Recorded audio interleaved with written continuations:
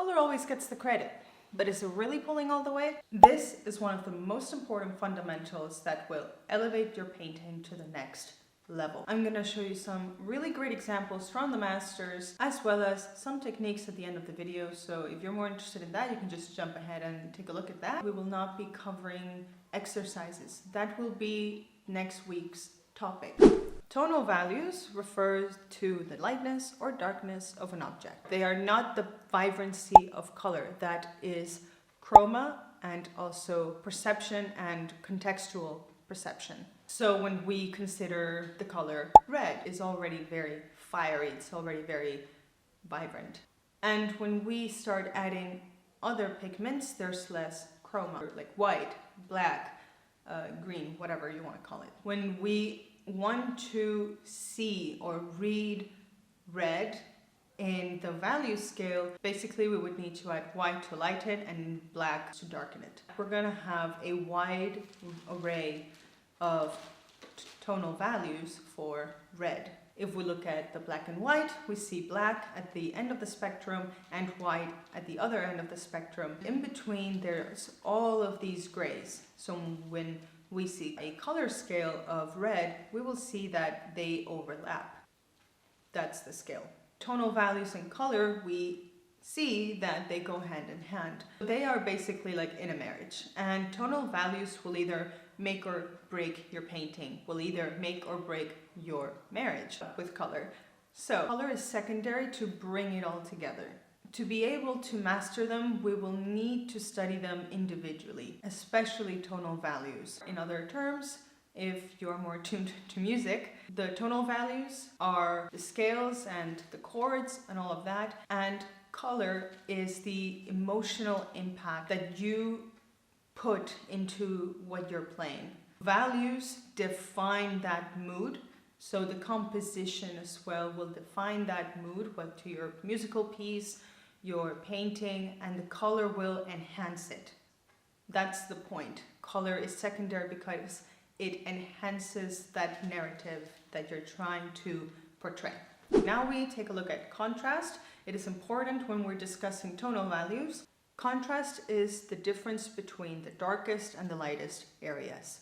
When we look at a photo with high contrast, we're seeing very dark darks and very light lights, and a very short or a very sudden in between. Everything is blown out, and when we don't take care of balancing it out, meaning diminishing that contrast in the background, for example, everything in that picture is going to be screaming at us.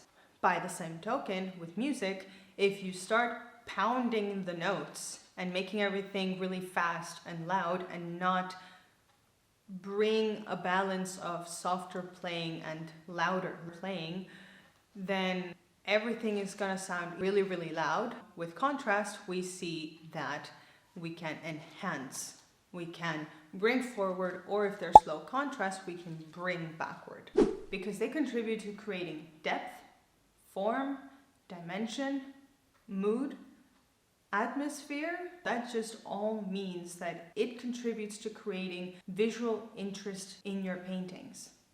They are very, very important to achieving realism and dynamism, I think so, dynamism to your compositions. Your painting doesn't have to be super, super detailed to the last hair to achieve realism. Tonal values will provide that because they will contextualize your painting. Well, if you do it, it will set everything in your painting to belong together because they are all in the same space. It grounds your painting. I'm gonna pull up my laptop here. Now let's take a look at how the masters effectively utilized the tonal values into their paintings to create compelling narratives, compositions, everything. Quick warning here, some of the paintings I'm about to show include depictions of beheading, blood, and dark themes. So if you are sensitive, you have been warned. We will have our friend Caravaggio for that in his painting of Judith beheading Holofernes, trying to analyze the distribution of tonal values. How are balance and harmony achieved? Take note of the negative space and the positive space. So the negative space is the space surrounding a subject. So this right here, for me, that background is negative space, and I am in the positive space.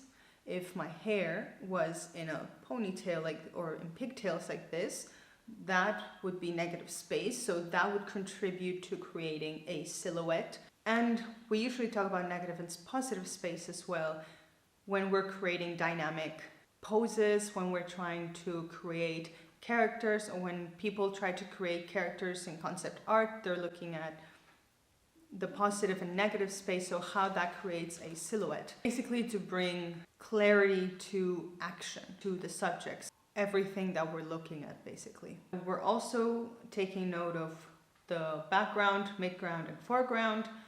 Also, by that same token, we're looking at the focal point. Usually the focal point is the easiest to find.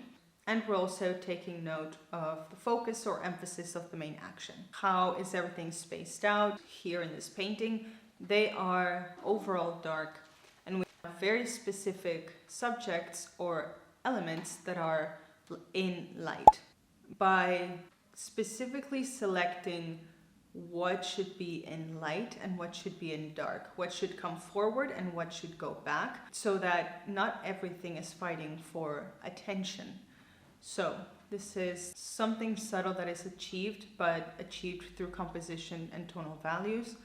The way that tonal values are helping the composition in this case is by bringing forward Judith. She is the tallest, she is the whitest, the lightest, because she's very fair-skinned, she's wearing a white top, and she is directly against a black background, or at least dark background. When there's so much high contrast, inevitably our eyes will go to where the highest contrast is, and that's her. If we take a look at the black and white, we see that very clearly as well. We see that she is the lightest value in the whole painting. To her right, we also see that there's another person, the maid, in light. However, she's ranging more on the mid-tone, and then she's looking into the canvas, so looking at the action to Holofernes, who is being beheaded, and also who is in shadow. But there are a few slivers of light falling or illuminating him, and that is creating a silhouette and dramatizing and giving attention to his expression and to his pose and to the fact that he was in bed, and that he is in agony, to say the least. The lightest lights on him are on his face, on his eyes specifically. So this brings a focus and emphasis to the main action.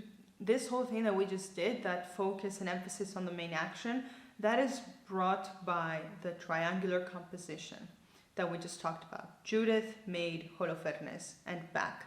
We will kind of circulate around the painting because we're looking at details at that point, and we're looking at the render and all of the juiciness of the painting. What happens here with the tonal values is that it is giving a hierarchy. That's the important part. Next up, we have light source, light and shadow. With Rembrandt, we're taking a look at his self-portrait when he was young. When we're trying to find out what and where the light source is, we're taking into consideration the direction of the light and shadows, the color temperature, and we're taking into consideration how harsh those lights are on the subject. We're seeing here, first and foremost, that the lights is hitting the side of his cheek, and the rest of the face is pretty much in shadow. So that means that it's coming from behind, and he is facing away. So same thing happens to me if I'm directing myself away from the window. When he looks towards the window a little bit, when he looks towards the mirror, his face gets lit. So that's how I interpret this. In painting painting and then I look. It could potentially be on a table or sort of stand behind him. So perhaps it's up a bit and a little more forward because we see the lit portion, the upper, this portion being lit. This seems very directional lighting, so we're probably in the realm of candles or oil lamps. And candles create a lot of contrast, and oil lamps, they are a little bit brighter than candles, but I mean, they're still dim, but it seems like it could be either one of those. However, candles tend to be a lot more yellow temperature-wise, so I'm not 100% sure. So the intensity, it doesn't seem very strong. I mean, we see very bright highlights, but if we really look at the value scale, the whitest thing or the lightest thing is the little color rim. The skin is actually pretty light mid-toned. You can understand the intensity because we see that there's a fast fallout of, or fall off or cast off of the light.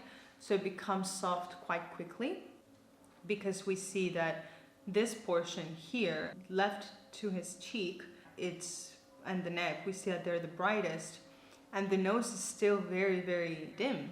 And nowadays, when we're lit by a lamp or something, that nose would be very similar in value as this portion. Kind of like we're seeing now, but that's with natural sunlight. For the most part, he does very subtle transitions. We see that the cheek, the neck are very soft transitions, and those little soft transitions really add to that realism.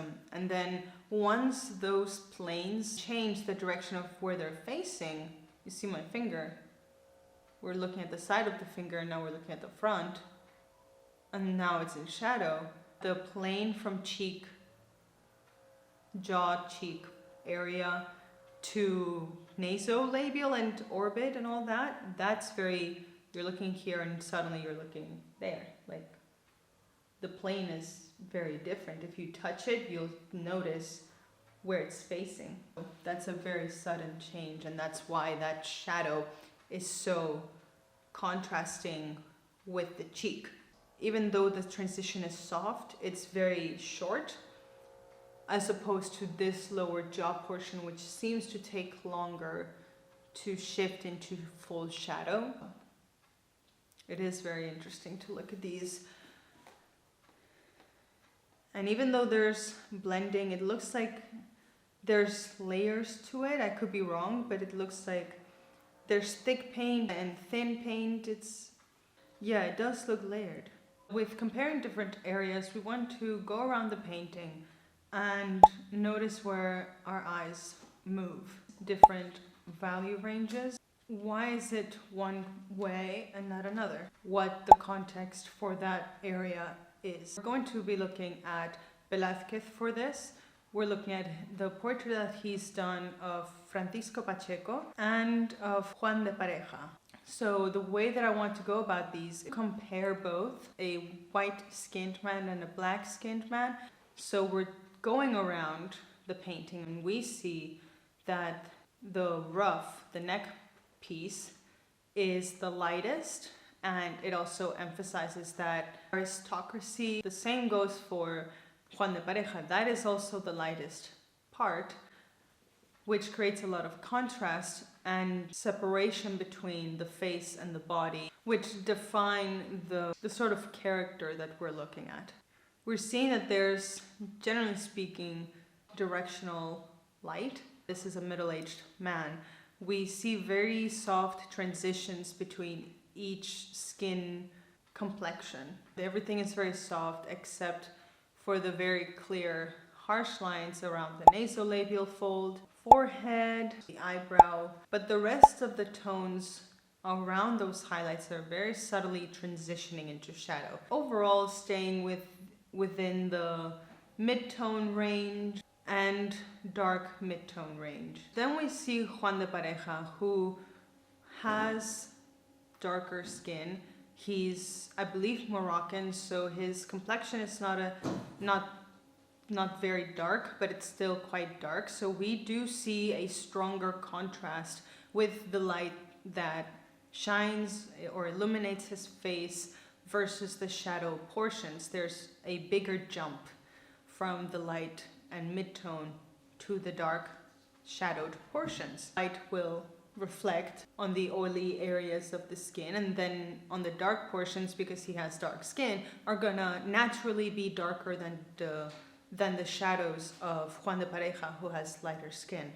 So features do play a role in how light will be cast. Also, the lighting is positioned differently, coming from the left and light coming from the right, so light is going to fall differently.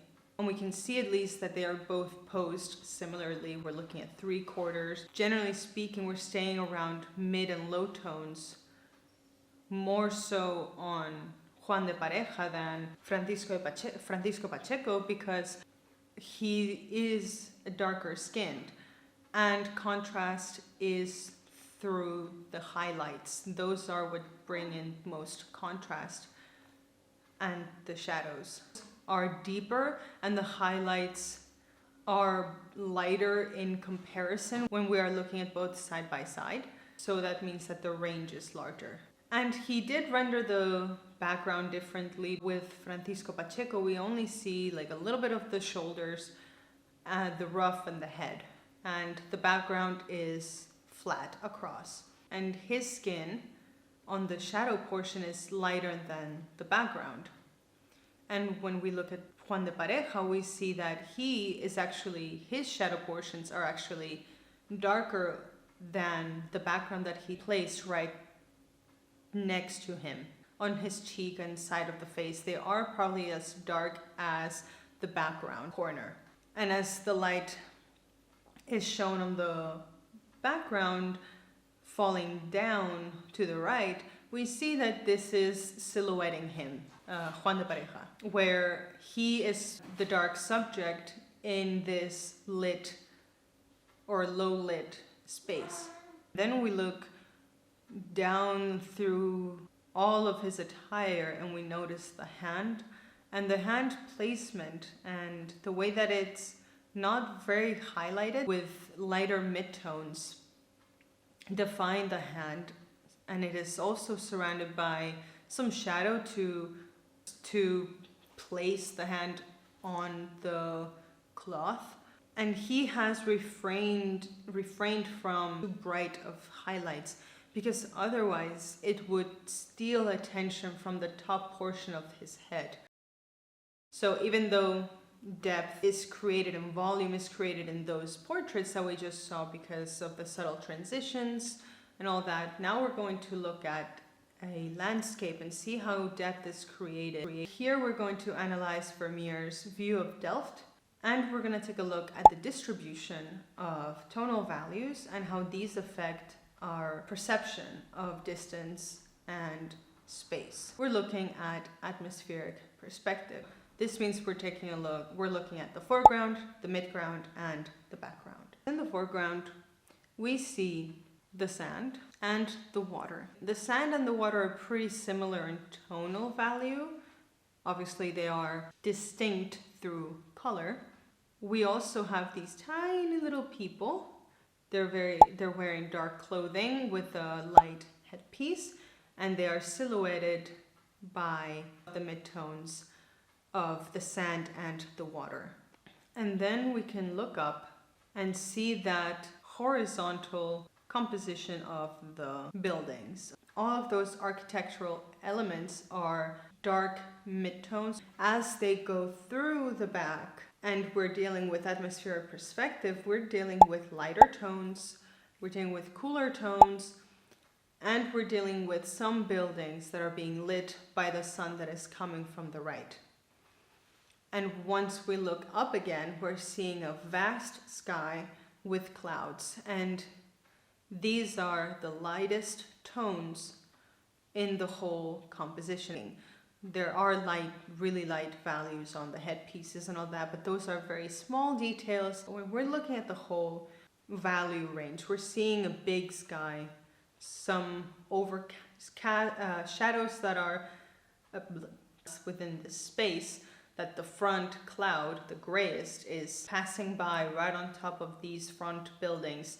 And then we see some open sky with some clouds further back, and those buildings at the back are being shown through. Analyzing Francisco Goya, the 3rd of May. When we're trying to analyze the focal point, we are trying to think about how tonal values draw attention to the main subject, or point of interest, or focal point, which is again related to composition, as we've mentioned earlier.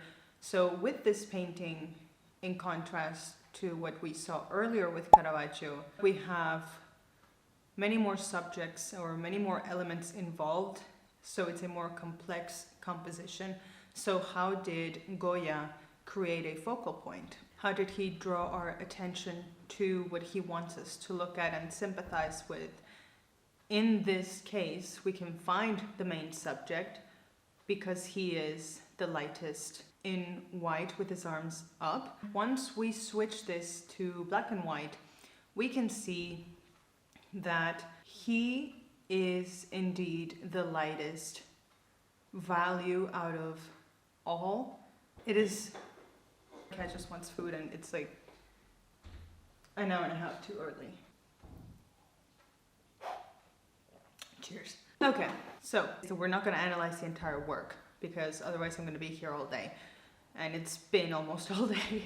So the tonal values are helping the viewers see the main figure in the main event by creating contrast between the people with power, the firing squad, versus the people who are civilians, and creating a sense of depth and perspective by continuously darkening the scene the further it goes back, and specifically telling us that it's nighttime, so he's narrating to us what sort of event this is. So with mood and atmosphere, we're going to take a look at Turner, the slave ship. So the way that you arrange and compose your tonal values will set the mood. Might end up dramatic when there's high contrast, like we saw with Caravaggio. It can be subtle and atmospheric, like perhaps with Monet's work, there's not a lot of contrast, and atmospheric and just pleasant. So with this painting, we're having a very visually chaotic scene. Try to figure out what is the overall tonal range. Dark, light, balanced. In this painting, it is generally, I was thinking that 60% might be light, but we have actually a big portion of all of this chaos incoming and taking place. So I'd say it's mostly mid-tone and dark, what they're trying to evoke and what our reaction is. Feel for the emotional impact that it has on us. How do the tonal values relate to the narrative or theme of the painting? So we're having here dramatic contrasts between the lights and the darks. We're having a beautiful sunset with an incoming typhoon, and we're seeing all of the death that has occurred in the water. Those are the darkest areas of the composition. That is representing the turbulent sea, which we see a lot of these big waves taking over. And this deep darkness creates a sense of foreboding and despair as well, evoking the gravity of the situation that they are in. And it's not just the water, it's throughout the painting. It's sort of like a sea curving compositional darkness. What is your initial reaction? All of these stormy colors, all of these dark tone values taking over the painting from left to right, and most of the sea in chaos. This is a predominantly dark palette. A few areas that have flashes of light and color create a somber and emotive mood, which conveys the harsh and tragic reality of the scene. You would imagine that a storm or typhoon at sea would not be fun. So you try your best to get rid of what you don't need or want on your ship and do the best that you can do to survive. Next up is brushwork, and for that we're going to look at our friend Monet, and we're going to look at his painting, A Woman with a Parasol. How does the artist's brushwork and paint handling contribute to the render of tonal values? The overall style and texture, we understand that it's impressionist, so the style is very broken brushwork, very, if you will, staccato, and some areas are very moving. The paint on the canvas is very thick and directional. You would pre-mix the colors on your palette and then add those to the exactly where you want them. And the different colors and different values will blend optically. Quite like pointillism, all of those different colors and values would blend from afar. So that's very similar to what's happening here, but with a very different style or technique. And we see that her arm it just blends right into her chest, torso.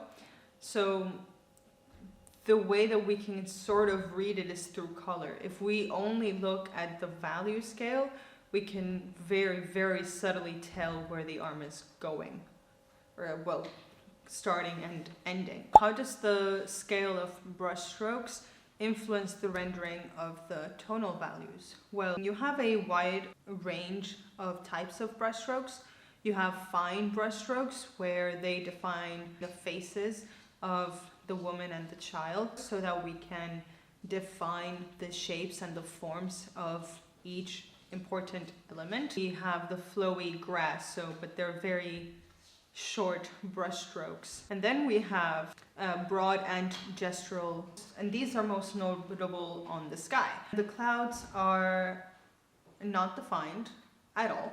They are just an impression of clouds, if you will. He's also implying through the clouds that it is indeed a very windy day. The hard edges and no blending of the light directly hitting the back of the dress, like on that silhouette of the dress.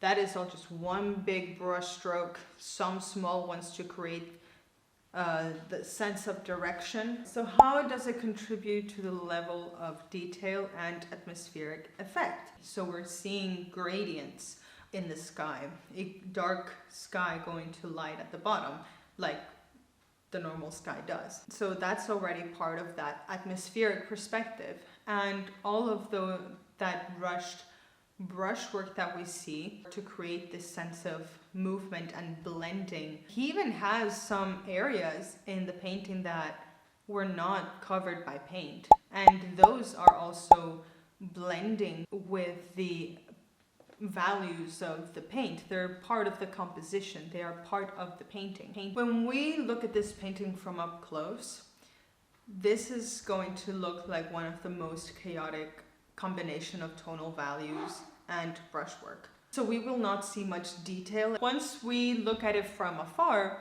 we start to read and puzzle together and have this optic illusion of detail, of values blending together, when in fact they have not been blended. They are just layered on top of each other or surrounding each other. And the hair and some of the details of the face, like the eyes, but they will not be detailed. These eyes have been outlined, essentially. They have been drawn with darker values, and you don't really need much more. You wouldn't need detail like Caravaggio put detail to the eyes. That would look very out of place. Those value transitions would clash with what is happening in this painting. We finally got to contrast. Even though we've been talking about contrast throughout the whole presentation, and we're gonna be looking at Pissarro or whatever, because I cannot deal with French. So we're looking at Boulevard Montmartre, I don't know. In the springtime, we look at the overall range. We identify areas of high contrast, and that means areas where dark meets light. So how do these areas draw attention and create visual impact? Are there global or localized areas of contrast? So like that means throughout the painting, is that a lot of contrast or is it very specific? And in this painting, I see that there's some strategic placement.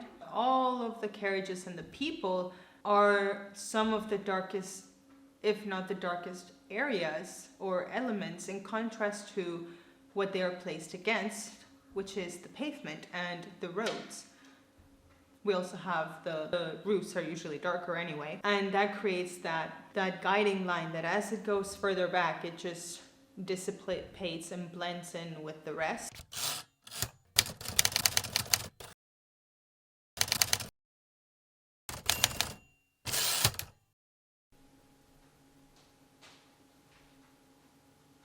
I hope I got that on camera.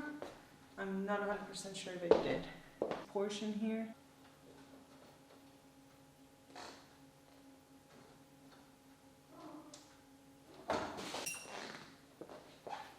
Okay, so with some oil, not much. I'm just trying to see.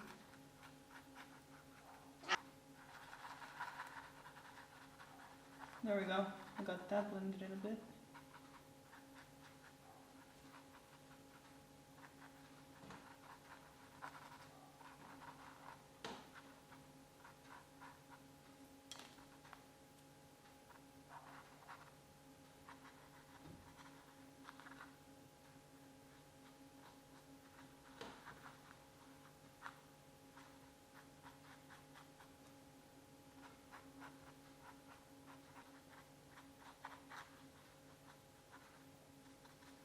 I'm feathering it out.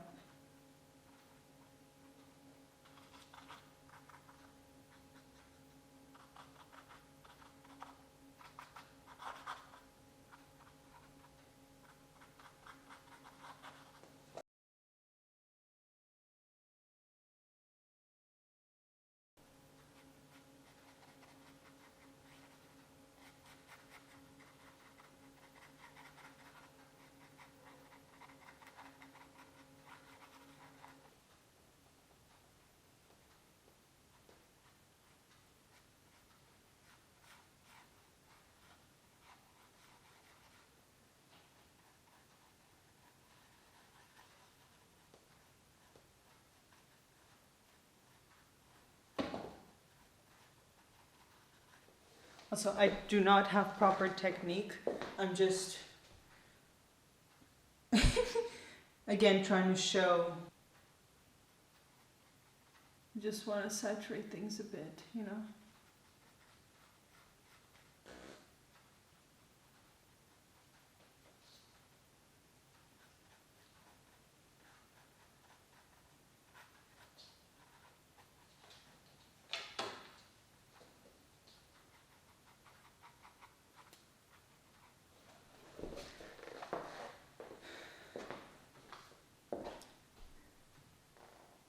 Is it too much now?